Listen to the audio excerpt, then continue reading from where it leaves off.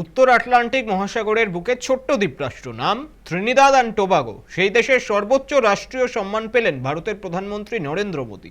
বিদেশি নেতাদের মধ্যে এই প্রথম এই সম্মানে ভূষিত হলেন কোনো জননেতা।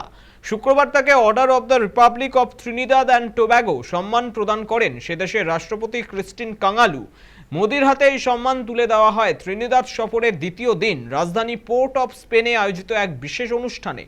ত্রিনিদাদ অ্যান্ড টোবাগোর ইতিহাসে এই প্রথম কোনো বিদেশি রাষ্ট্রনেতাকে এই সর্বোচ্চ সম্মান দেওয়া হলো। স্বাভাবিকভাবে এই অর্জনকে ঐতিহাসিক বলে মনে করছে ভারতের পররাষ্ট্র মন্ত্রক।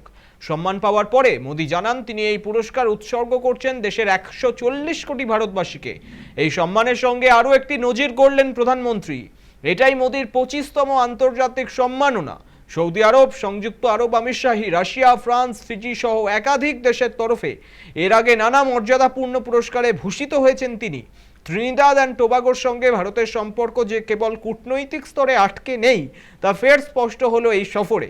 13 লক্ষ জনসংখ্যার এই দেশে প্রায় 45% মানুষ ভারতীয় বংশোদ্ভূত। তাদের মধ্যে অনেকেই বিহার ও উত্তরপ্রদেশের ভোজপুরি অঞ্চলের বাসিন্দাদের উত্তরসূরি। সেই ঐতিহ্য তুলে ধরেই মোদির বক্তৃতায় বারবার উঠে এসেছে বিহার, বিশেষত বক্সার জেলার কথা।